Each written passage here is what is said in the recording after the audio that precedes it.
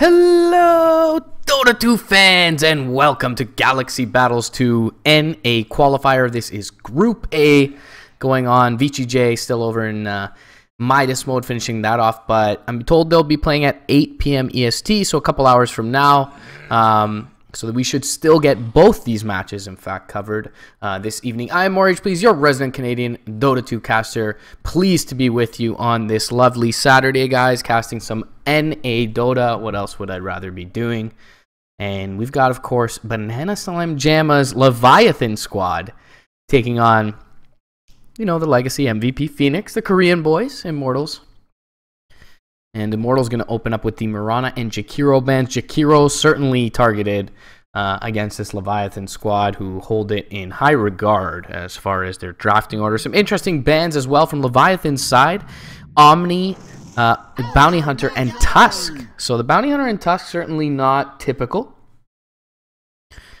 As far as first phase bans go recently, there's still, you know, the Wyvern makes a lot of sense. There's still the Banes, the Rubiks left in the pool. This Ogre picked up Spirit Breaker as well. Perhaps a consideration for this Immortal squad. Historically, even dating back to the time where March was on the team, Spirit Breaker has always been a consideration for them at the least. Hope you guys have enjoyed your day so far. We'll have two best of threes coming at you this evening. Funnily enough, I was going to ask BSJ to co-cast with me tonight, which just shows you how much my brain is working today as he's playing in the game.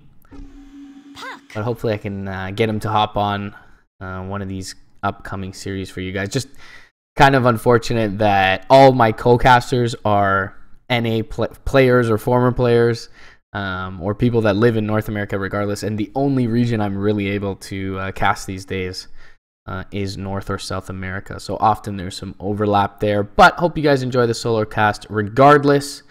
Immortal's going to pick up two pretty mum heroes here as far as, you know, revealing strategy. All we do know about them is one will be a core and one will be a support in all likelihood. Both are, you know, it is possible we can see Puck go to the mid lane with Nyx in a 3-position off lane, but more than likely we'll see the 4-position Nyx here. And a hero that has been rising rapidly in favor here, coming out from Leviathan, that's going to be the Tiny. And I'm sure in your public games you've seen what this hero is capable of. TA ban going to come out for Immortals. Already with the Nyx Assassin and Puck, two heroes that don't deal well with penetrating that refraction. So a sensible ban there. Also don't really get your full effect out of the Spike Carapace as far as the reflected damage into that refraction. Nice to see TA being picked up again after the changes to Psionic Traps. Felt like initially, if you guys remember a few patches ago when they made the change such that refraction was visible to enemies, that this hero was just completely different. But, I mean, conceptually, it's still there. You've got, you know, a bit of effective tankiness with the refraction. You've got major physical burst. Roche taking stack, wave clear ability through the side meld and the side blades respectively, so the hero still does innately, you know, what she's intended to do. It just felt like a very fundamental change at the time, and just kind of the state of Dota overall as we see these, you know, major changes that seem to be, you know, extremely significant. But Dota, you know, it roars on, it adapts, and we as players do the same. CK ban comes out for Immortal's side. Again, a little single target focus with the Nyx Assassin here, but doesn't feel like they're totally incapable of dealing with the CK, just something they don't want to face in this scenario, it seems.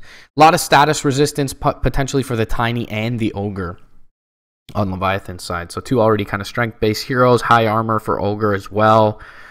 And, you know, Immortals seeming to want to make work of their toolkit as soon as they unleash it, as far as their spells go. Medusa ban came out beginning of this phase from Leviathan side. I just want to make sure no one's DC'd here. There's quite a bit of time used by Leviathan side in contemplation. Definitely a very cerebral squad here. You ever watch Monkeys and BSJ's streams, they're always thinking. And certainly Newsham and Whitebeard fit in that bill as well. Can't say much about Garter, but I'm sure he falls in line with the remainder of the lineup here for Leviathan. And they're going to ban out the Razor here. So certainly a hero in lane that can benefit from a hero like Ogre or Tiny trying to run at you. You just punish them with the static link and continue to dominate the lane thereafter. Tidehunter, we've been seeing a lot of him recently as well. And kind of serves like the old Necrophos or Timbersaw, where he just sits in your lane and does not die. And if you don't address him, at least to an extent, he'll just push your wave in, hit your tower, hit you with that anchor smash. You can't really harass him. He's got the Kraken Shell as well to feel relatively safe when he is deep in the lane from ganks.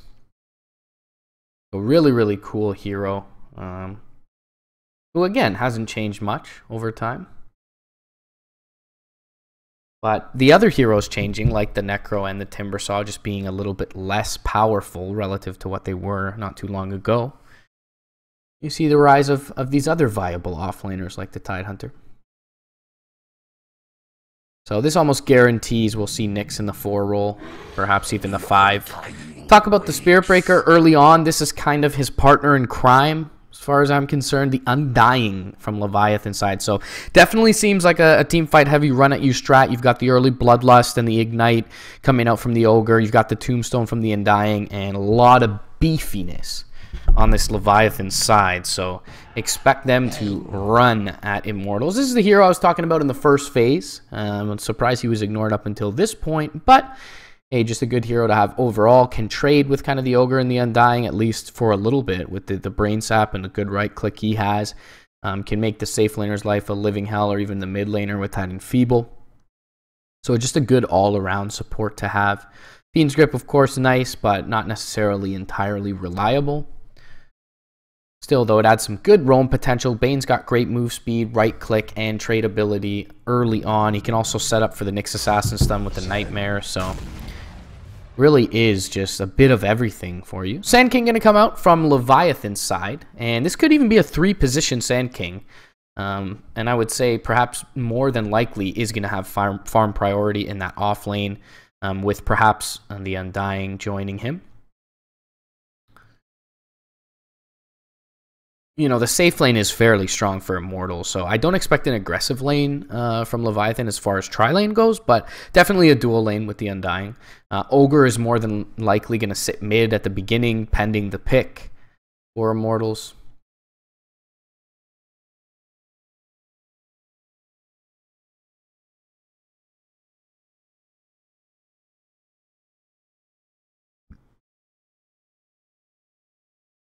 And so Immortals have the option of picking their safe or mid laner here.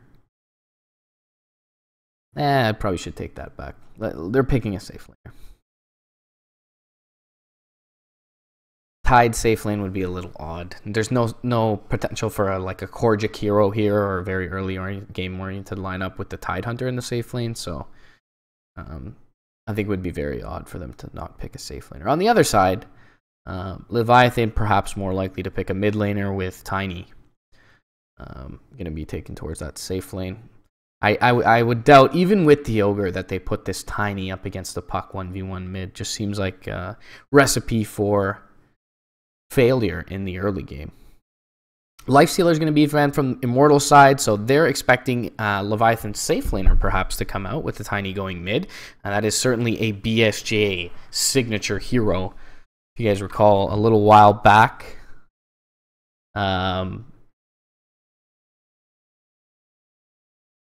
just reading chat there, make sure all the sound levels are good. Feel free to yell at me or tweet at me if anything sounds off, guys. If you remember back to the ancient Black Drake days, BSJ, the first one to kind of, I feel, coin the Tranquil Soul Ring, level 6 Lifestealer, start pushing your waves in with the Fireball. And then scale thereafter, just made it, well, he essentially garnered the nerf from Ice Frog on that Infest into Ancients from level 6 to level 12, or at the time, perhaps even level 11. And Necro's going to round out the lineup. So another hero that BSJ is certainly comfortable with. A hero that perhaps with, you know, what you might consider a lack of disable would look to feast in this game. But I would consider there being a lot of control on the opposite side.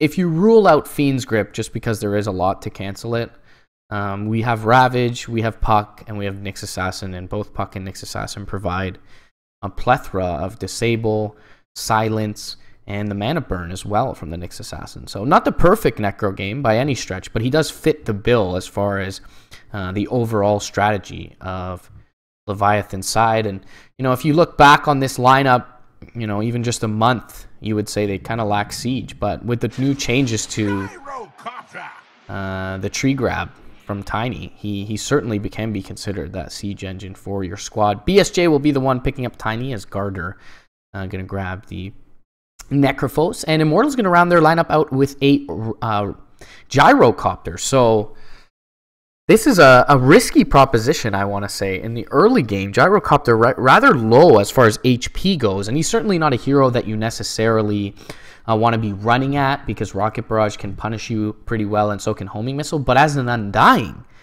with extra HP, you really don't care all that much about Rocket Barrage, and Gyrocopter is a killable hero in the early game. So look for some potentially necessary Nightmare saves. You know, Febby may be forced to kind of sit top lane for a little bit, and that could render MP kind of off by his lonesome in the mid lane. We'll see how the lanes end up shaking down, but definitely something to consider. Forev should be more than, you know, self-sufficient, self-reliant in the off lane on the Tidehunter. So perhaps they can spend some time towards mid lane, but they are going to have to babysit with at least a Bane, in my opinion. QO. Could just be the Nyx early on up there, as Enfeeble has proven pretty annoying towards the mid lane. But either way, they definitely do need some babysitting for this QO Gyrocopter.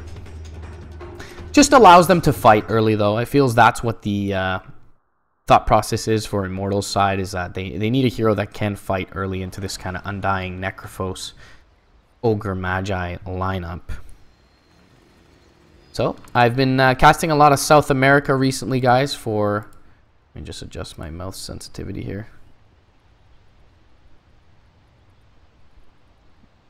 Casting a lot of South America for MDL, for Galaxy Battles. What else have I done recently? Summit 8 qualifiers. So there's been a lot of pauses at the beginnings of games. Don't expect that all too often from North America, however. Today, it was mentioned that Immortals were having some issues as far as connection goes. But nonetheless, we're into the game, guys. Game 1 of a best of 3 here. And winner makes it to... This is the semifinals, guys. So rather important of the first round. Winner makes it on to the second round of these qualifiers, where Complexity Gaming and Optic are waiting as direct invites. So, winning here rather important, but not the end of the road for either of these teams.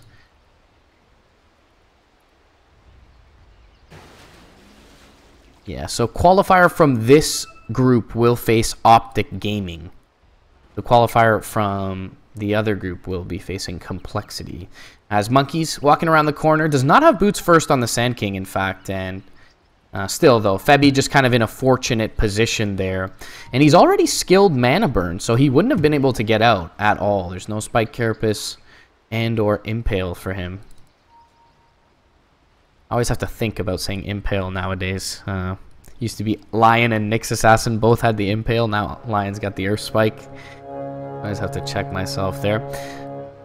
And it looks like, regardless, it'll be 2 bounty runes a pop for each side. BSJ throws out the tree. He's going to grab himself a bounty rune.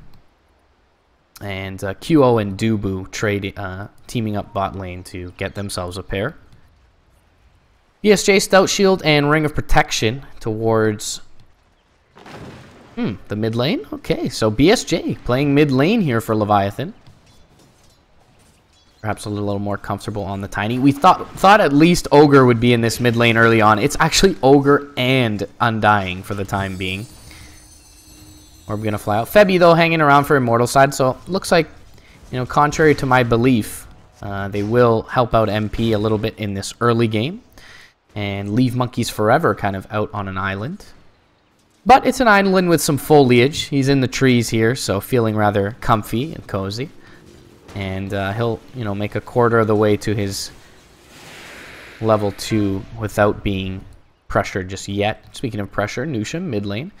Flying out, going to get another decay. 12 strength lost here from NP, and he is just forced to back. He can't afford to take a right click here from the Undying. That's not for the likes of you. So definitely going to be some action in this bottom lane. Ogre, Sand King, Bane, Gyrocopter. But also some kill potential in the mid lane.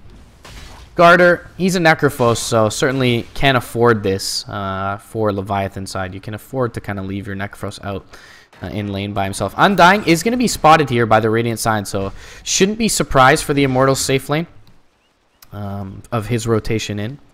And he is just level 1 still at this moment. Dubu, though, he is surprised. He'll get Sand King burrowed and, yeah, drop down here. One more right click from Nusham will be there to bring him down. Dubu on level 2, forced to skill the Nightmare as well. And not necessarily a bad thing, but there are scenarios where you might want that value point in Enfeeble. I'm going to turn down the game sounds a bit. Hopefully not too far. Forev doing well in the top lane. 10 and 3 is his CS. In the mid lane, MP, not a typical puck game for him. 13 and 4 for the Tiny, and he's sitting on 6 and 2 here. And this should start to skew back in his favor slowly as the Undying and Ogre have vacated the mid lane, but, you know, not the most ideal start here. Whitebeard gonna, unfortunately for his sake, run right by the courier as MP cops an ignite from the fog. Meanwhile, Monkey's gonna catch a homing missile. It is level 2 at this point, and holding a skill point is QO. I think this is a really smart Gyrocopter play as I miss first blood. Of course it's on the Tidehunter. How do you guys kill a Tidehunter? Well, let's take a look at the fight recap as Sand King being initiated on bottom. Fight recap. And looks like just a Death Pulse Decay, Soul Rip, kind of standard. Was not expecting the Tide to die there. Dubu, bottom lane, has a Nightmare available. And again, just back to the point, just think it's a very smart play from the Gyrocopter. He actually does go for the Flat Cannon here, but, you know, holding that skill point allows you to fight if necessary, but to scale a little bit better as far as farm goes, if you can afford it. So if that Rocket Barrage doesn't end up being needed in lane. And also Flat Cannon can be a good laning tool just as far as harassing the enemy offlaner goes. Monkey's right back into the Sandstorm. No answer for it from the Immortals safe lane. Rev back up to top lane after taking a early spill.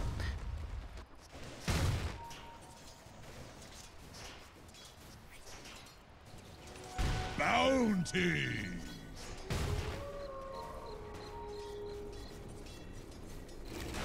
And Nusham and Forev going to do a little trading by the bounty room. Nusham was the one to pick it up mid lane. BSJ maybe just through the tree here. So heard that phase shift come out from MP. Sentry is going to be removed by Dubu here.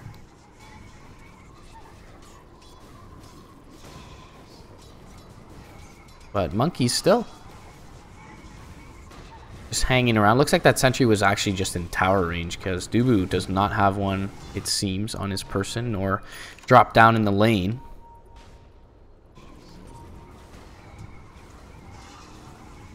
I mean, QO doing fine for CS, but I think Leviathan are extremely happy with what this Sand King's been able to get out of this lane, despite really very little presence from the Ogre and the Undying, as Ogre's doing some stacking, Undying similarly so, getting some, you know, economic recovery ready or stimulus ready, as Monkey's bottom lane gonna fly out. No Carapace for Febby just yet. Doesn't have the mana burn. Impale is going to be, well, right on the edge here. So, if you know, even in the cast animation to throw it, Monkeys should be able to make it away. And Febby, wise to that reality, will give up on pursuit. We're going to be popped down on the high ground here. A brand new one after, you know, even overlapping 30 seconds with the previous one for Whitebeard. So, really just kind of allowing the Necro. Necro's the type of hero. I mentioned how Tidehunter works. Necro, especially in the safe lane, focuses very similarly. Just kind of continues to shove your wave, right-clicks you as he knows, you know, from the Death Pulse stacks that he should be able to out-regen you or outlast you. And he just beats on your tower slowly but surely. Just right-clicks into it. Sits in his lane, you know, isn't very much of a big gank threat. But already here, 6 minutes in, we look at about, you know, 20% of that HP removed from that tower. BSJ doing very well in the mid lane. 36 and 7 on his Tiny. Should feel very good coming into this early game kind of phase where the laning stage tends to break down. Febby whiffs on the level 2 stun here, top lane. That's going to be Nusham. Turns to continue chase. But a mana burn thrown out by the Nyx Assassin will repel any further aggression. Orev, he's made it back to the jungle, of course, with no Iron Talon. RIP Iron Talon 2017. So will be a little slower than perhaps he might be accustomed to playing the Tide recently. Homing Missile will connect. QO, not opting to Rocket Barrage here. He knows there's a Sandstorm, available. But we'll just continue to put the right clicks into the Sand King. Monkey's forced into that Sandstorm. Now Dupu rotating through. Still no sentry for this Immortal safe lane, unfortunately. And Monkeys will pick up a couple of last hits here. Now mid lane. MP missing 12 strength. Febby nearby, but two just very tanky heroes throughout the game, not just in the early game. And, you know, 7 minutes in. Feel maybe a bit early to look at the net worth, but with all this stacking done, felt obligated to take a look at this. And you see BSJ and Necrophos for Garter leading the way. Still, though, Immortal's not, you know, drastically behind at this point. Rev now level 6 at the ready. Has not skilled the Ravage, though, so just continuing to try and push this lane out. Impale, bottom lane, will connect onto Monkeys. Homing Missile's going to fly, and he should be dead here. No mana for the TP. So only a matter of time before he's dropped. A couple of right clicks coming through, and they'll give the last hit to Febby, the Nyx Assassin. Definitely a hero that can be an extreme cause for concern with good item progression. You know, one of the best Aghanim Scepters in the game, arguably, for this hero. So it would be really nice to see him be able to pick that up. Monkeys, bottom lane, is going to get his bounty rune snagged. Feels bad, man. MP picks up an illusion rune, if I could speak properly. And the call down, going to do a little bit of farming here, bot lane. So talked about the dire side preparing the stacks.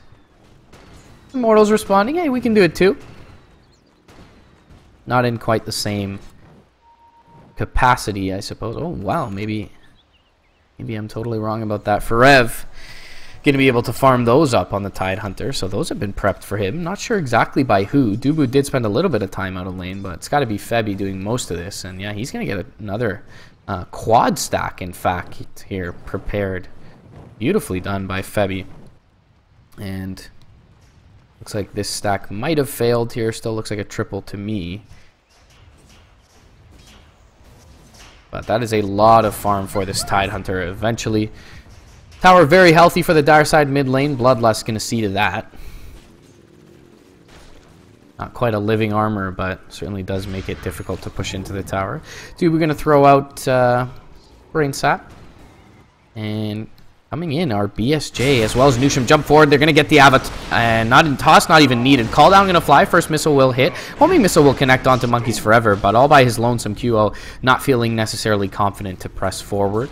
So first rotation from the Leviathan mid laner is going to yield a kill and perhaps some tower pressure. QO trying to TP out. He's in trouble. He's going to get burrowed up. Ava's going to be there. They don't even need the toss. As it's level 1, BSJ will spare using it and get right back to work on this tower. And we're seeing a lot of tinies here max the tree grab as it just scales so well. As far as damage output. MP smoked up, has an arcane rune, gonna get it broken here. And up on the high ground, we'll find an Undying. Not an easy kill, but pops the Arcane Rune, gets the Waning Rift off. Orb is going to be there. Nearby is Monkeys. It gets the coil off onto Took. Carapace will be there to stop Monkeys from getting the burrow off. He gets it off now, but he's pretty much by his lonesome. Dream Coil is going to be there. Orb.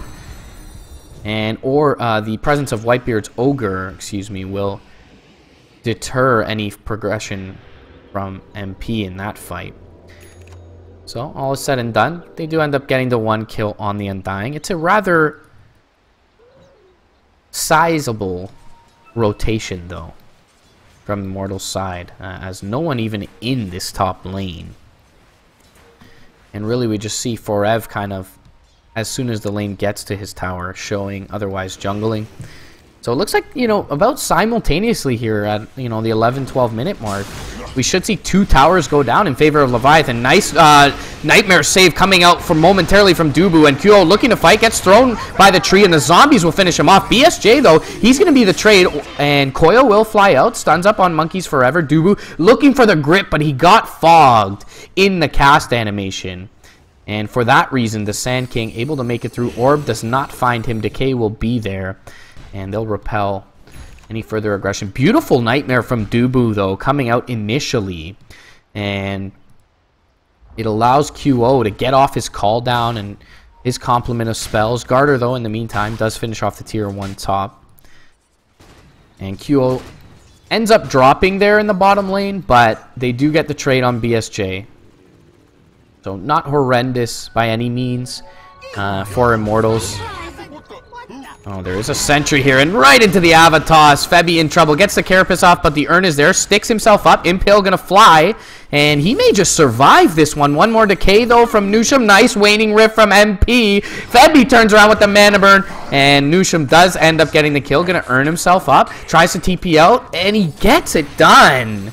Beautifully played by Nusham. In the meantime, Monkeys finishes off the tier 1 bottom lane, and everything coming up Leviathan in these last couple of minutes as 2 towers go their way. They find themselves a kill onto Febby, and BSJ continuing to farm up these Ancients. Meanwhile, Monkeys does drop. Coil expended here from MP, Noob Caster, with the camera work. Whitebeard, he's scouted a little bit of a stack here. Gonna get down a deep ward, see look when they farm it. And maybe even they make a movement over BSJ alongside Nusham. They have a level 4 Tombstone. With the Bloodlust and the Tree Grab, he should take this quickly. And with the Echo Saber already up, it is a very, very quick removal of the stack. And Leviathan will be extremely pleased here as they widen the lead to the tone of 4K as far as net worth goes. Feels like experience probably not as much. Yeah, 1,500. Kills are relatively even here, but the economic game has been certainly sharp for Leviathan's side. 2 towers, a couple of ancient stacks, even stealing one from the enemy, which, renders it twice as valuable if you consider the trade-off.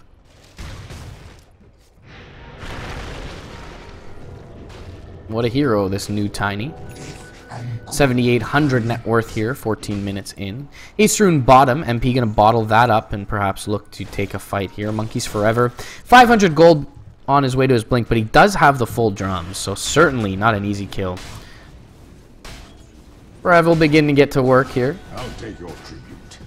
On the ancient stack, and QO rolling through. Most of these last hits gonna go the way of the Tidehunter, but experience bounty nonetheless. QO does opt for the Mask of Madness here, so throw out your spells and then pop that after flacking, and yeah, certainly can help him farm at the very least, but even in team fights seems like it may be a useful tool. Tier 1's all very healthy here for Leviathan, as Febby is top lane. He's going to put a few pokes of his chitin arms into that tier 1. Still, though, really not garnering any response from the Dire side, who are making a move over Vision, in fact. I want to say, yes, over some Vision.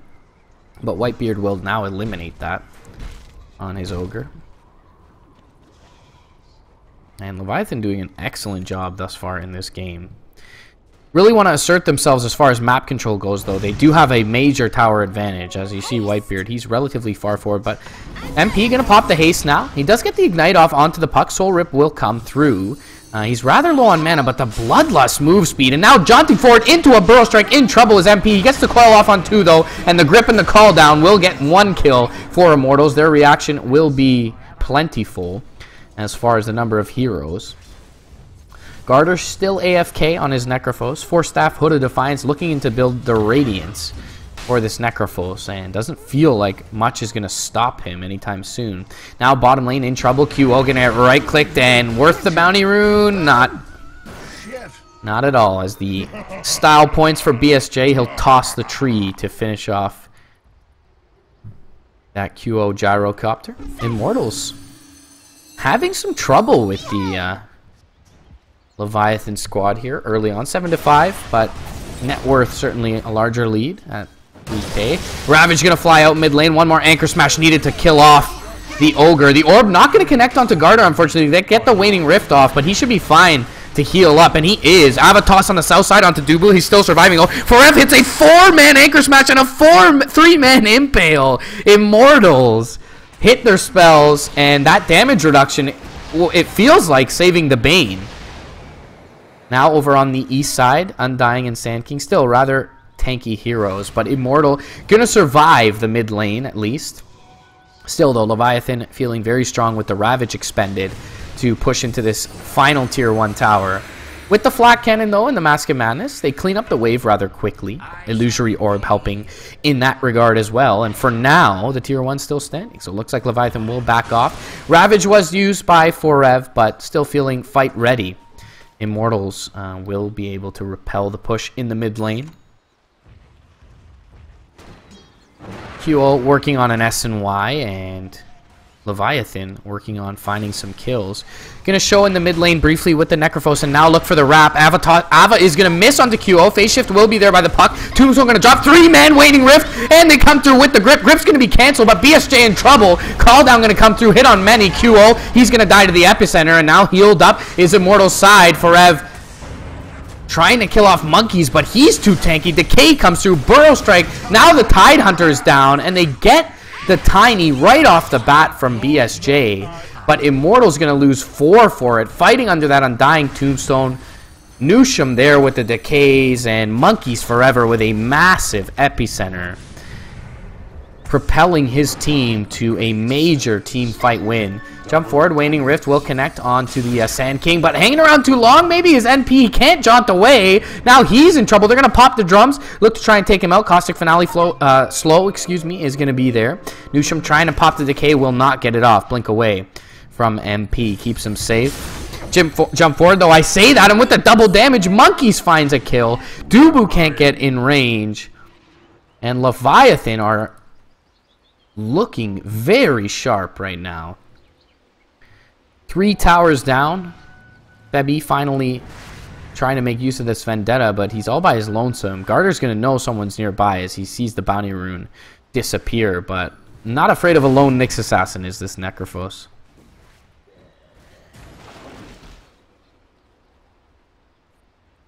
I guess we just saw like 3 sticks kind of used at once. It almost seemed like Forev had a mech there in mid lane with 3 heroes healed up, but the epicenter made quick work of them regardless.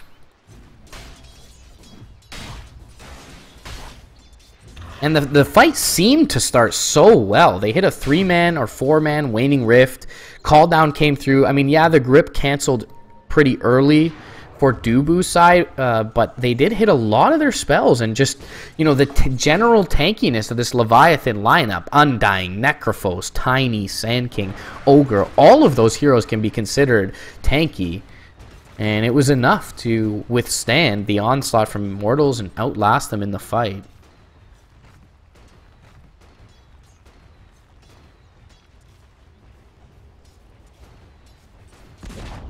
Couple of intelligence heroes for Leviathan along with their 3 strength heroes, but I mean both of these very beefy as far as intelligence heroes go.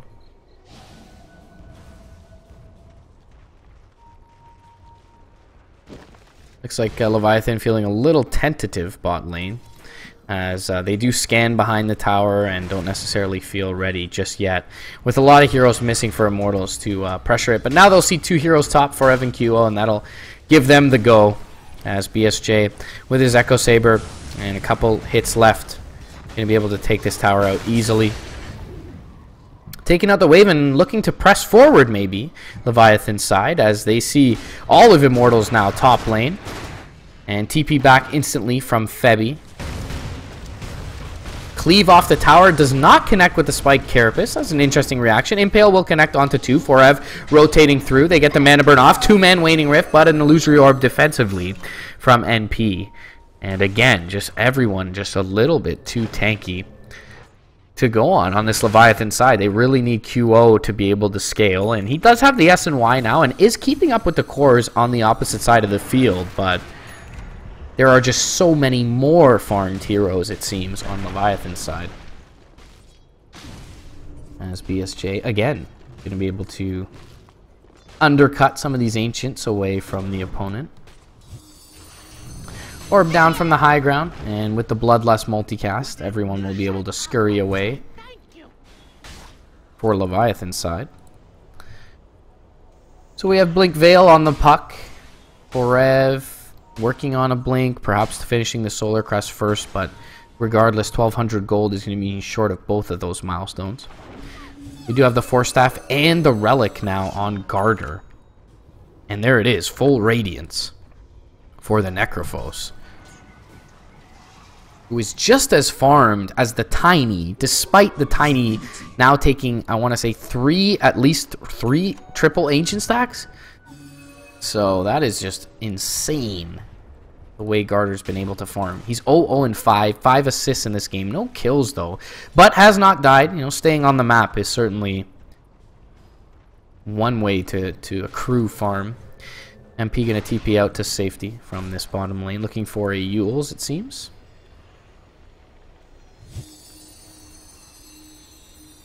He can dodge even one of the stuns from Leviathan's side, whether it be Avalanche, Fire Blast, or Burrow Strike. He should be more than good to be sticking around in the fight, proving elusive. You know, Lincoln's would be a great build as well for the puck this one, but it does feel like they lack damage pretty heavily. We'll see if QO can fill that gap.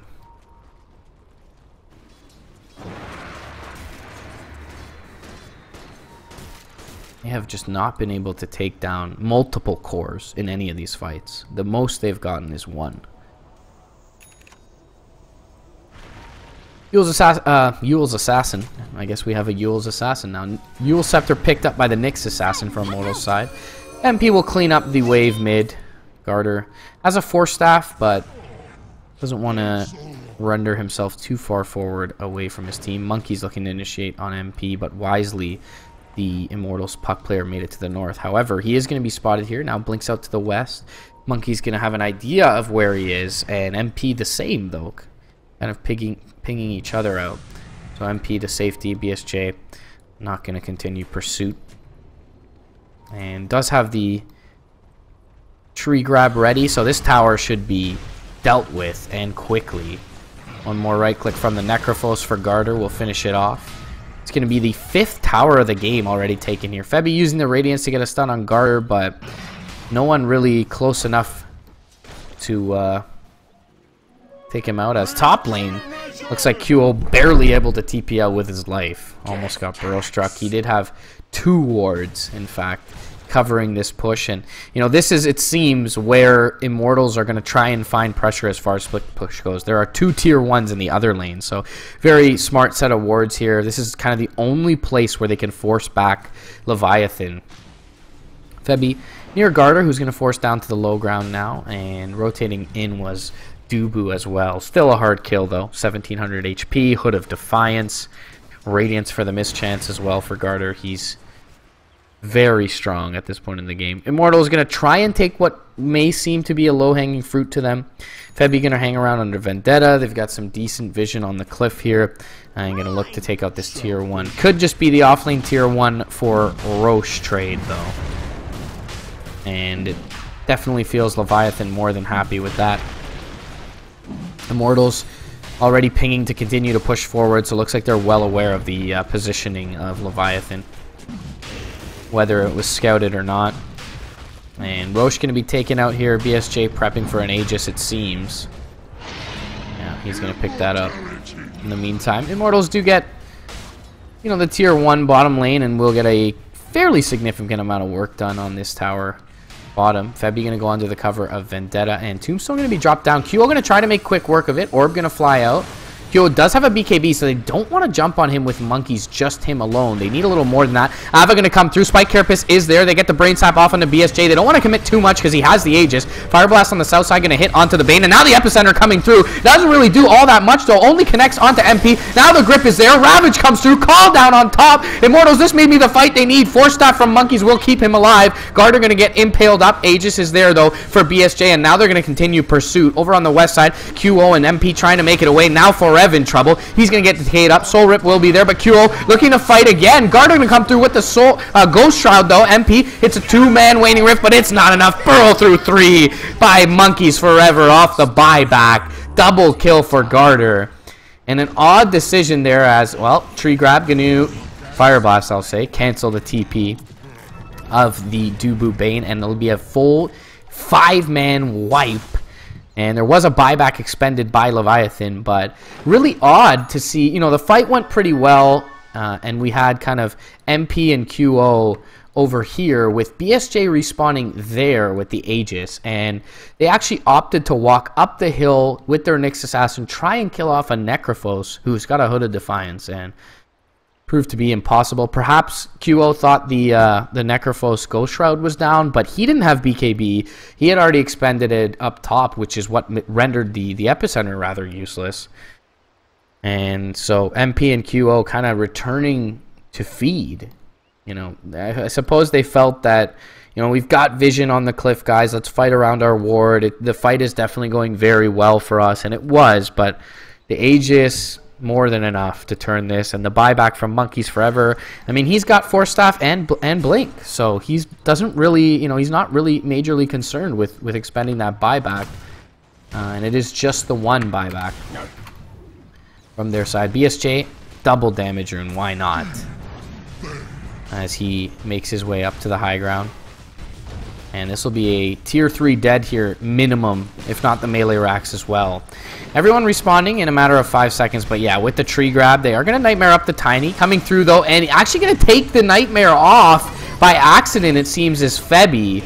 So he can't get the stun, and they just back out easily. Forev does not have a Ravage for Immortal's side. Leviathan making their way out. Ignite is going to allow them to get the Carapace off. Monkeys, though, going to try and burrow and allow his team to back, and he will make it off to the east. Now Coil going to connect onto 2. Impale will be there on the Ogre. Ogre kill, though, is not all they want out of this. MP going to continue to chase forward. There's still a tower here, though. 28 minutes in. Homing Missile does connect onto Garter, but he has the Ghost Shroud. He doesn't get it off in time. Double kill for Gyro. And QO, no backdoor protection, of course, this being a tier 1, maybe wanting to take this out. QO hanging around mid lane. BSJ down to the bottom lane is going to be forced away by Forev. And QO with a double kill and a tower last hit on the Gyrocopter. So that was a nice little boost after losing a melee racks mid lane.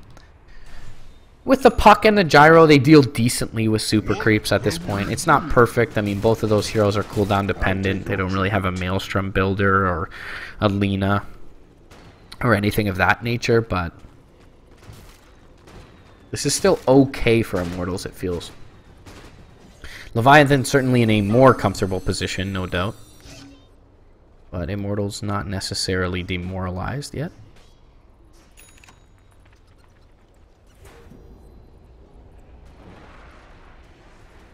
Couple of wards on Dubu, maybe again looking to kind of facilitate any presence on this side of the map where they can split push. There is the bottom lane open as an available split push route as well now that they've taken those 2 tier 2s. Whitebeard mid lane could be in trouble, gets used up, and Febby will not greet him with the impale as he comes down. He'll get gushed up, though. Now BSJ nearby, he's going to jump forward and right into the Spike Carapace. Ravage will connect on 2. They get the grip off as well, but BSJ is so tanky. And he will just back out to the east side. Forev still fighting, but taking some right clicks. BSJ now pretty much out of mana. Jumping forward with the Waning Rift. The coil, they're going to expend everything for this Tiny. Look at the status resistance, but it's not enough. As they'll finally take him out. Garter rotating in on the north side. Forev going to blink down. Buyback comes out from BSJ now. Necrophos will finish off the Tidehunter, and the Epicenter going to finish off the Gyro. Garter rotating in, blinking out in the north side is MP. Monkey's going to try and pursue. Nothing left, though, as far as Blink or Force Staff, and he'll guess incorrectly as to the position of the puck. So they get the Tiny, excuse me, and they'll force a buyback on him. So BSJ really wants to get something done with this. He will at least force the Carapace Vendetta out from Febby. Nusham going to drop down a Sentry. Febby going to rock by it, but only briefly. And he'll be able to make it back to safety. Sentry going to be dropped. They try to get Monkeys in on the Knicks, but unsuccessful. With the Ravage, though, that is why we see BSJ buying back. No Ravage.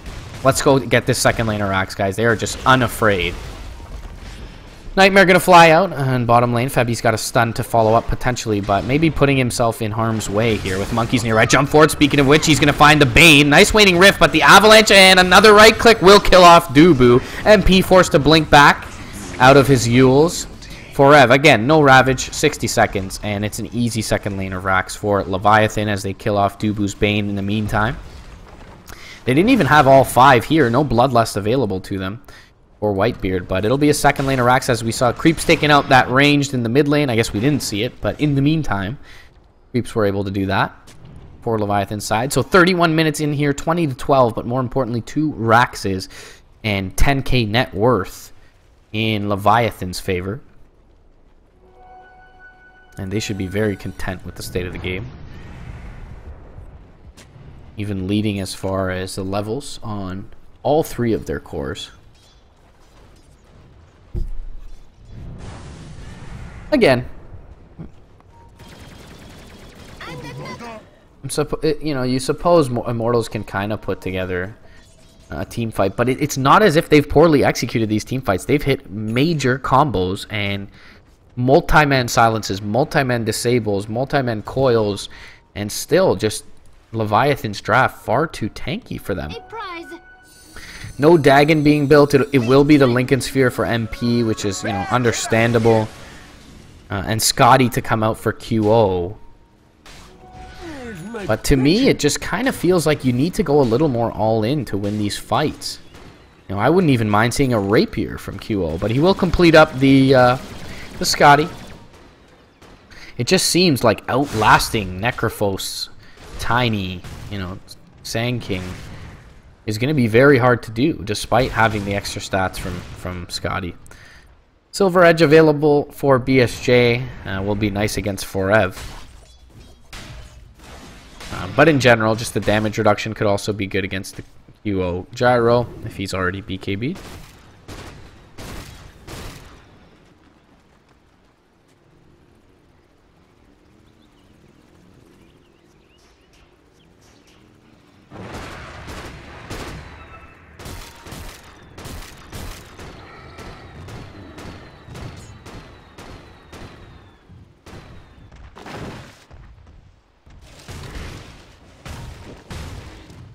So it seems like Leviathan will just wait out the next Roche. 10 seconds until minimum spawn. And we'll see what this ends up being as well. Maybe we'll have an engagement here. Immortal's well aware of this potential spawn of Roshan as well. Febby going to jump up to the high ground. He whiffs on the stun, though. Could be in trouble. Going to jump forward with the Spike Carapace. And a Ravage connects onto 3. They get the call down off as well. Epicenter flying through. It is going to be able to kill off Forev. Grip, though, still there on Garter despite using his BKB. He's got no Ghost Shroud. Trying to make it away. QO still trying to chase him down. The Ogre in trouble is going to get finished off. And Homing Whistle flying forward, and somehow Immortals just with a big Ravage. And we saw Leviathan buying back their bottom lane, knowing that Ravage was down, to instantly go and take that Rax. And it seems like with the Ravage, Immortals did have enough damage there to bring down a couple of heroes. It is only the 2 supports, though. At the end of the day, it's these cores that you need to be killing off in order to shove waves out, in order to get objectives. And, they just have to go address this problem of their base. So signs of life for Immortals. A comeback, not by a long shot, in my opinion. Not yet. Lincoln Sphere completed up on MP, though, so some nice item pickups off the back of these fights for Immortals. Meanwhile, top lane, Vicarious being popped out, and Illusory Orb going to fly through, but BSJ already under the cover of his Silver Edge, and a full BKB available now. Should be just fine. They do spot Roche. They have the Bloodlust, and I believe there's a Solar Crest somewhere.